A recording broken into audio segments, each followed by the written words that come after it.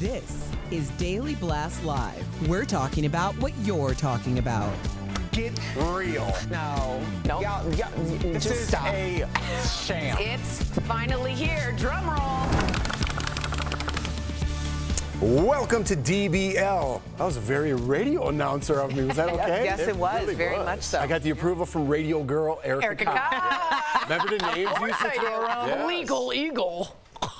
I remember. Wow. So if you guys don't know, did. welcome to DBL. We used to start the show by saying like these cute little quips about ourselves. So our legal eagle, Tori Shulman. Fashion Jackson? No, you're a comedian. Comedian Al Jackson. Comedian Al Jackson. You were Big Brother Jeff. Big Brother Jeff, and you were radio girl. Erica Yep. Cobb. Yes. Hey, you got to start somewhere. Yes. Look at us now. All right. Let's get to it. It looks like Amazon founder Jeff Bezos is engaged. So Jeff was spotted on his $50 million yacht. That's 500. Oh my gosh. I was like blacking out already reading it. $500 million yacht sailing around the Mediterranean or wherever he wants with his fiance, his new fiance, Lauren Sanchez, who was wearing a huge diamond ring. Here's a closer look at the diamond. It is believed to be around 20 carats, according to Page 6.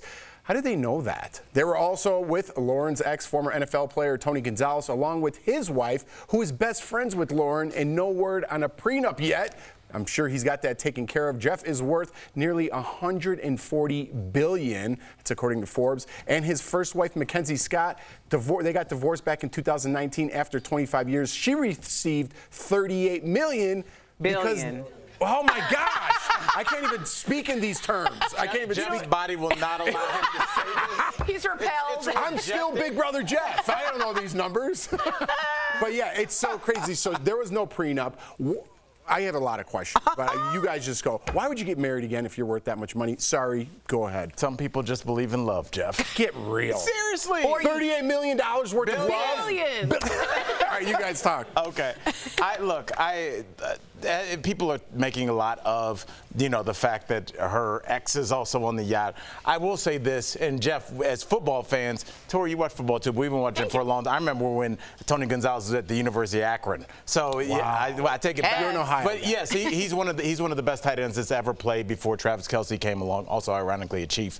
But he's been a millionaire for a long time. He's not Jeff Bezos, but he hasn't thought about money in a long time. Neither has she, and neither has Jeff Bezos. So there is a power dynamic, I think, for regular folks. If I was like with my ex and I was like, oh, I'll pay for dinner, that's kind of insinuating that my ex-wife's new husband can't pay for it. There's little power moves, but when no one's thinking about money, it's a different stratosphere that hopefully I'll understand, but I think right now it's hard. It's like Tony Stark level. Right. When I think of Jeff Bezos, he's just like Iron Man at Except some they're point. real. Yeah, they are real. And here's the thing. There's a picture famously of him starting Amazon in like a desk with some computers and a banner written Amazon.com early in the day. He really didn't know he would be Jeff Bezos. And so no prenup with Mackenzie. For this, I have to assume their lawyers have worked out an ironclad something for both sides to be protected. I would think that he is that wealthy and knowledgeable at this point now. Mackenzie, just so you know, has spent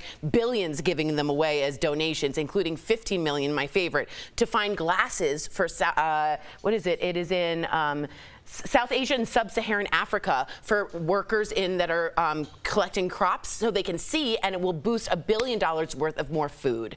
So she's helping really specific things, and he's on his yacht. Two different lifestyles.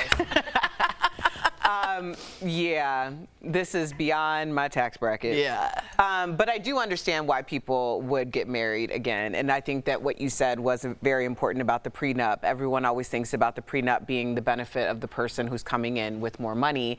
But prenups really are to the benefit of both parties. Correct. Explain why you say that. Well, it's first of all, being married is a contract. It's a business deal, and you want to ensure that. Save it for your vows. This is a business deal. You're turning me on. Right, it is. Very much is. And also, people don't consider like things that happen with your health and family planning and all of these things that you want to kind of understand about each other and have an agreement before you enter into the institution of marriage, as opposed to waiting until something goes awry and now you're dealing feeling and emotion. So it is important for a lot of people to get that done, and it's also important for some people to be married. I mean, it's still a protection. It's a shelter. And I do think it's interesting, and I want to know how you guys feel about this, that when two people get divorced and get remarried, if the new people hate each other, there are fist fights at the bar and nasty things on social media, people will say, you guys need to grow up. Like, what are you doing? You guys are adults. You should move forward. But when people have seemingly been extremely mature about the situation to the point that they can hang out with somebody's ex, nobody's threatened, everybody's all loving, hey, jump in the pool, get on my yacht, get on my $38 yacht, according to Jeff. You know, it's just like, it's a weird thing, but when it does work out, when all four parties involved put on their big boy and big girl pants, it seems like it's also weird and off-putting for people. Yeah, I don't think we really care. About what? I don't think we really care about the logistics of that. I think when you talk about Jeff Bezos, you care a little bit. I think I don't think that we care about, it's not that they're together. I think, I said earlier, I still think it's weird, or it gives me a little bit of the ick to think about like my ex being on a boat that my new fiance owns. There's something that doesn't sit right with me, but you're right. These are very different people, so feelings don't matter. Well, wish everybody luck. That's right. Because 50% of marriages end in divorce. That's just a fact. And speaking of divorce, you like that transition? Very I wasn't trying to be Morbid sour. transition. I wasn't trying to be sour. The divorce between Kim Zolciak and Croy Bierman, $38 million, is getting nasty. According to TMZ, legal docs show that Croy claims Kim is spending a lot of time and money online gambling, and that her compulsion has devastated the family financially. This comes after Kim accused Croy of smoking pot. What? And has asked a judge to force him to take a drug test. You lost $1 million gambling. He smoked pot. Yeah. Kim posted photos on Instagram, but she still was wearing her wedding ring. This is recently. The couple announced their divorce, if you remember, last month. Oh my they goodness. reportedly owe more than $1 million in back taxes to the IRS. Erica Cobb, you called this when we announced their divorce. Well, yeah, because Kim was very open, almost like in a braggy way, that she lost $250,000 gambling in the Bahamas. Dang. And I'm like, that is not a flex. I don't care who you are. And that's something that most people are not going to be able to keep up with.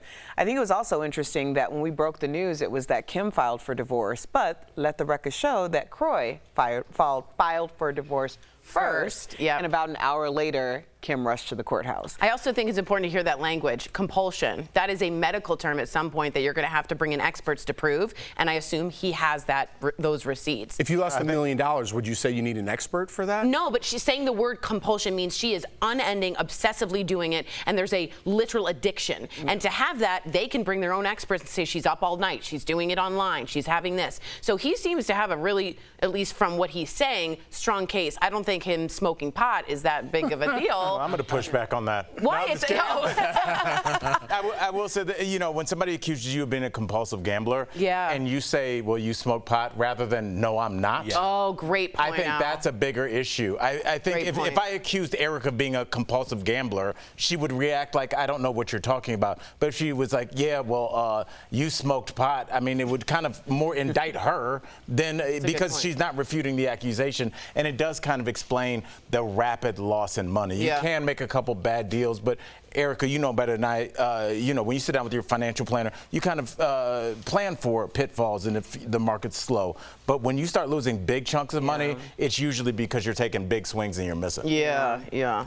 Oh, this gives me so much anxiety. Does it make just you thinking triggered about it? It does. Yeah, I bet. It does. Just the idea of losing everything Scarcity. because Gambling. of it. Not only gambling, but the performance of wealth. Like that is so, I think about it more because I watch so much reality TV and you see it so much and you're like, well, how long is this ship gonna sail? And then it's like, oh, 5 years. All the way to the Bahamas. 10 years, you know, like That you don't bubble want to pop. see it for anybody, but we see it all the time. Yeah. Unfortunately. Coming up on DBL, Taylor Swift fans looking to cash in. Yay! One fan is even selling bottles of rainwater from her Boston show. This is a real story. And the wait is over. A new trailer for The Color Purple is out, and Oprah says you only have 6 months to prepare. Oh, she looks so good. I like DBL, this This show is amazing. There's a lot going on down here. I would have been part of the Mile High Club. Yeah. So on point. But I'm gonna have a conversation about what's happening now.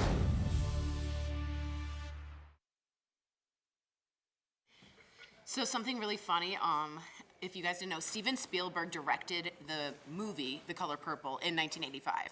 And famous people were in it, including Whoopi Goldberg, and of course, there was an Oprah Winfrey. Oprah was not Oprah Winfrey, though, in 1985. So Spielberg was making the poster, right? And she tells this story, it's very funny. She comes up to him and she goes, I don't know, I think I'm getting this, like, show, and I think I might be, like, somewhat big. And I think my name should, like, go on the original poster. And he's like, okay, Oprah. And not in a condescending way, but, like, they had major stars. And then he's like, he was on, and she told the story to Steven Spielberg. He's like, I made a large mistake by putting your name on. But that poster is worth a lot now because they quickly changed it because Oprah took off and became Oprah. But it's so funny to think before anyone knew her. Yeah, who would have thought? And I mean, up until somebody says, hey, I'm going to be the first black female talk show host daytime. That takes over the world. I would say that she changed the way, definitely like the way middle America viewed life. She changed viewed votes. Black women. She changed his viewed elections. Womanhood and women's Mental empowerment. health. And just like kind of coaching women up every day, like, hey, you don't have to take that. How much do I know of being in danger and saving myself in a garage from Oprah? Like everything I learned to protect myself was I watched with Oprah. So Oprah is now producing this new movie that is a musical. And wait till we do the story, which is next. Also, why is it called The Color Purple? Purple is like the Royalty? color of a bruise. That's what I always took from it. Huh. Yeah, it's the color purple is a rough, it's a Very hard to necessary wear. but rough watch in terms Yeah. of life and what would you say the 19th.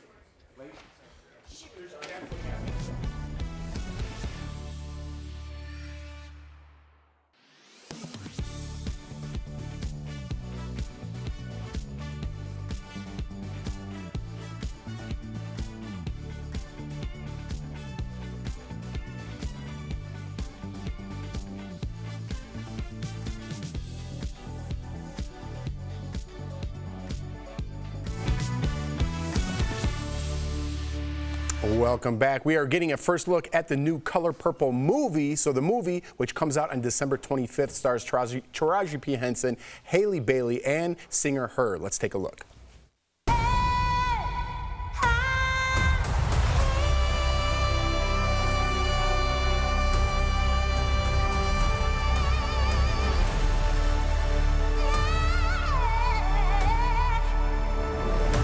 Dear Celie, we are more than just kings and queens. We are at the center of the universe. Oprah, who starred in the original film directed by Steven Spielberg, is a producer on the new film. She posted videos showing that it's not too early to get ready for the premiere. Let's watch. Okay, y'all have seen the trailer, and I'm giving you 6 months to get your outfit together for opening day. All things purple. What you gonna wear? Color purple. Mm-hmm. Just so you know, so it's a movie, but it's based on the musical. So it's going to be one where they take all the songs and stuff and do it in the movie. So I was a little confused about that, but it's going to be a movie. Y'all remember when the internet was going crazy over the idea of a black Little Mermaid with locks in her hair? And they were coming for that 22-year-old child. Miss Haley Bailey. And now she's in 2, not 1, but 2 iconic, soon-to-be-released movies. She is the Little Mermaid, and she's in The Color Purple. I know. Like, God bless. I love a good story. I love a good story. Let me ask you about this story. What do you think? Did you like the actual movie? Well, I think The Color Purple is it's an iconic film. Right. It's responsible for opening up so many doors. If you hear like how Oprah got The Color Purple, I played that video both of the days of our audition because it's so inspirational. So yeah, I mean, what? The question was, it's just such a rough watch. It's so gritty. impactful, I think for gritty sure. is the word. I mean, it's brutal. You think about life in I'm assuming like the late 1930s, early 40s was just in general, and then you talk about put black poverty on top of that, Jim Crow on top of that, and trauma on top of that. Domestic violence. Domestic violence, sexual assault, everything. To make that into a musical, I'm really interested to see how they're going to make that leap. I'm not saying it can't be done. It's just such a heavy topic. I'm so glad you said that, because at first I was thinking the same thing, but something when you said all those things at once, the poverty, the domestic violence, the sexual assault, sometimes singing and like that catharsis, that one note we heard held the entire trailer, can be a catalyst for really moving an audience. Like in Les Mis, when he sings Bring Him Home, it's very quiet, but it's like earth-shattering. So music doesn't always have to be this. Right. It can be guttural and touching. So this might be a perfect way to include song. But it's also important to note that the musical was on Broadway. Yeah, it was already on Broadway a long time so ago. So it's not as though this is like a new Brand concept. new, This is just coming to the theaters. Yeah, it'll be excited. I've said it before, and I said it when we interviewed Ice Cube a couple years ago. I'm waiting for Friday. I feel like Friday is already a 3-act play as it is. Most of it takes place on the porch. It is built for Broadway. It's a smart idea. I'm throwing it out there. You threw it out there already, buddy. I know. You put it out in here. Might remind Cube. Coming up by DBL, a fan selling bottled rainwater, and another talks about being covered in vomit. You're not dreaming. This is real. We're talking about Taylor Swift concert drama next. The U.S. continues to inch closer to hitting the debt ceiling and running out of money to pay the bills Congress already approved. If that happens, several Verify viewers wanted to know, will members of Congress still receive their paychecks? Let's verify. Our sources are the Center on Budget and Policy Priorities, the Bipartisan Policy Center, and testimony by then Treasury Secretary Jack Lew. A default will happen if Congress fails to raise the debt limit, an event that has no precedent in American history. Failing to raise the limit would mean the Treasury could no longer borrow money and would only be able to pay bills with whatever cash it has on hand. The coffers won't stay entirely empty. Revenue, like taxes, will continue to come in. But that revenue will only be enough to cover some of the bills, not all of them. So, which bills get paid? No one knows. Here's why. First, there is no legal framework or historical precedent that allows the Treasury to pick which bills to pay. They're all due when they're due. In theory, the legal issue could be addressed if Congress passed a new law telling Treasury which bills to prioritize. Such laws have been proposed in the past. And 2 representatives just proposed a bill to specifically require the Treasury not pay members of Congress if we default. But those laws could be impossible to implement. Here's what then Treasury Secretary Jack Lew told the Senate Finance Committee in 2013 during a previous debate over the debt ceiling. We write roughly 80 million checks a month. The systems are automated to pay because for 224 years, the policy of Congress and every president has been we pay our bills. You cannot go into those systems and easily make them pay some things and not other things. They weren't designed that way because it was never the policy of this government to be in the position that we would have to be in if we couldn't pay all our bills. So, will Congress be paid in the event of a default? The answer is inconclusive. With your Verify, I'm Casey Decker.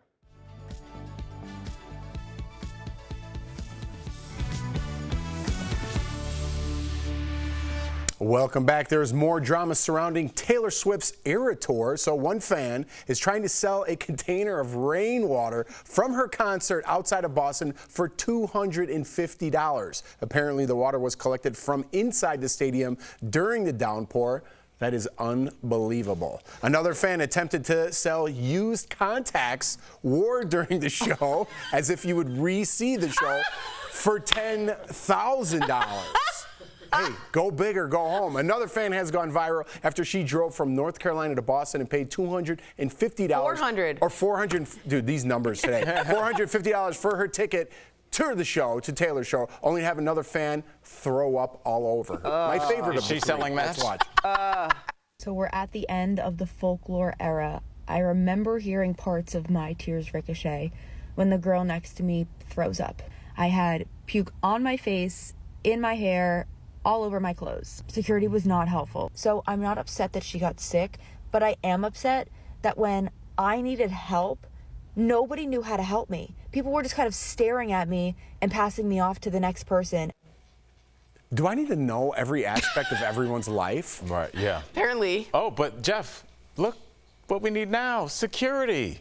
Remember that? We yelled at one of them for being too mean. We yelled at one of them for being too nice. So maybe if we had competent security and not hired somebody that came to rock out, maybe we'd had somebody with a towel for this young woman. Well, I don't know if this is a job for security. Yeah. Who's it for? I don't think they have it's a person job just for that? security. Well, security's not gonna clean up Security vomit. is not there because you got vomited on. That's not why security's there. If it was a actual attack of vomit, I would consider that would be something different. But somebody got sick. Like, go to the bathroom. Yeah, that's what happens at concerts. Yeah, she's like, no one could help me. I know. I was like, you can help yourself, and that's part of what Taylor teaches you in her songs. Oh. I will also say what you're talking about yesterday is a security guard that was singing along just to Right, keep yes. everyone up to date.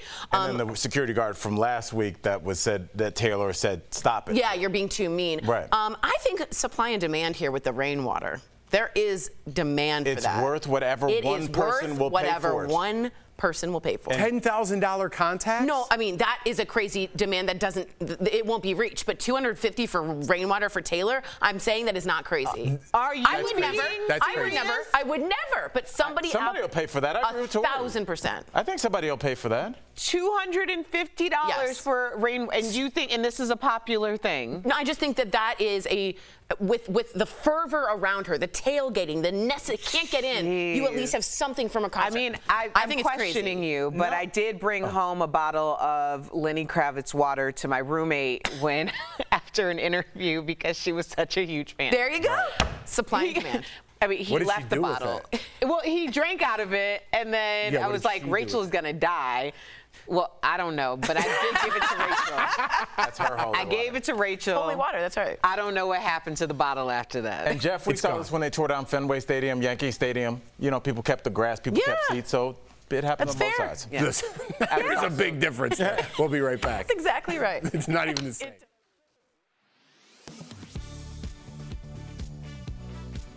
At Chef Tim Ma's place, food is typically someone else's first introduction into someone else's culture, right? a taste that sticks with you. We use it very openly and proudly, The not-so-secret ingredient in his Chinese cooking? something that adds to the dish. MSG, a food additive that some say is best when left out. When my parents and my uncle and family had restaurants, MSG had such a bad rap. MSG is short for monosodium glutamate. How did this 3-letter abbreviation become a 4-letter word? And is MSG actually harmful? We checked with these sources to verify. To be clear, MSG is a chemical, but so is everything else we eat. Carbohydrate is a chemical, protein is a chemical, our body's a chemical. Much like your taste buds register sweetness from sugars, the sensation of umami, or savory, comes from glutamic acid. Brothy, salty, a little bitter, sweet. Dr. Kukumi Ikeda first discovered that umami factor could be isolated from glutamic acid in seaweed and used as a standalone ingredient more than 100 years ago, and it became popular in Asian recipes. It's a way of getting it in a more stable form that can be used easier in food. And today, a dash of MSG is still used to help other flavors taste better. And these hit the receptors on your tongue and enhance your tongue's perception of that savory flavor. Just as Americans were learning to love Chinese restaurants, the letters MSG became infamous thanks to one letter, to the editor of the New England Journal of Medicine in 1968. The author claimed Chinese food made him feel sick and merely theorized that his so-called Chinese restaurant syndrome could be because of MSG. It was a sample size of 1 who went and then said, I was feeling kind of nauseous and I have stomachache and I'm sweaty and I'm not feeling so well after I ate at Chinese restaurant. And I tell my students, most people feel this way when they go to Chinese restaurant because they eat too much, because Chinese food is so tasty. Science has debunked the anti-Asian concept of Chinese restaurant syndrome and the idea that MSG is inherently harmful. Not only is MSG added to plenty of foods that aren't exclusively Chinese, MSG occurs naturally in a lot of food. Chicken, beef, mushroom, tomato, breast milk. The FDA explains the glutamic acid of MSG is chemically the same as the glutamic acid found naturally in food proteins,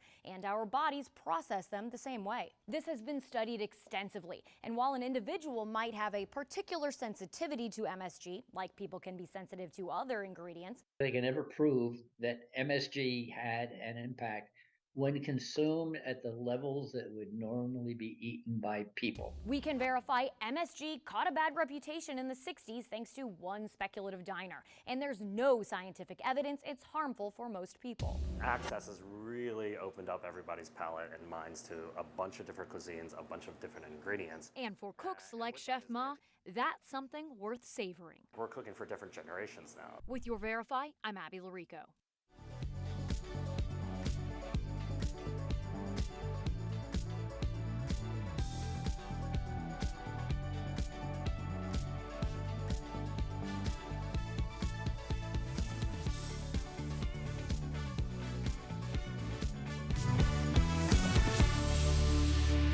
Welcome back. We've got some great products from our friends at Side Deal. Check it out. Steph, what do you have for us today? I'm ready to go. Hi, Tori, and hello, DBL Nation. I am so excited to show you the deals today, and as ever, they are fabulous. This is definitely one of my favorites. We've got the 2-pack Conair True Glow Facial Brush with a UV brush sterilizer. This skincare essential is 2 times more effective than using an everyday cleanser alone. So normally these are $80 each, but we've got 2, Tori, for $29.99. So that's saving up to 81%. Get one for yourself and then like buy a gazillion for all your girlfriends or guy friends. This is so smart. Our next product is the refurbished Shark Pro Cordless Vacuum with self-cleaning Power Fins Brush Roll. Why not clean your home with one of the most trusted names in household appliances? Well, this is your chance to get an industry-leading brand at a fraction of the cost. So normally this is $400 new. Oh my word. I know, Tori, but we've got this refurbished one for $129.99. So that's saving everyone 68%. Spring cleaning, y'all. Now what about this? We've got the 2-pack Pitch and Trek Inflatable Travel and Camping Pillow. This lightweight pillow packs down to the size of a little tiny soda can. No way. And it blows up in just 3 breaths. Normally they're at $18 each. That's not even that bad. But we've got a 2-pack for $10, Tori. So that's saving up to 72%. I think that's fantastic. That's beautiful. And then last but not least today, we've got the Brio IC3S Electronic Temple and Eye Massager with heat. This massager targets acupuncture points around the eyes, eyebrows, and temples with air pressure massage, vibration, and heat. Wow. So normally this is $80, but we've got it for $39.99. So that's saving up to 50%. Head on over to sidedeal.com to snag these amazing deals at the lowest prices, or you can even visit sidedeal.com on your smartphone. It's easy. Thank you so much, Steph. These are great. And quick correction, that vacuum was $38 billion. I don't know what's with my numbers today. My brain doesn't. It's not connecting. It doesn't make billions. No. I'm going to struggle saying millions. That's how much I get paid here. We'll see you tomorrow.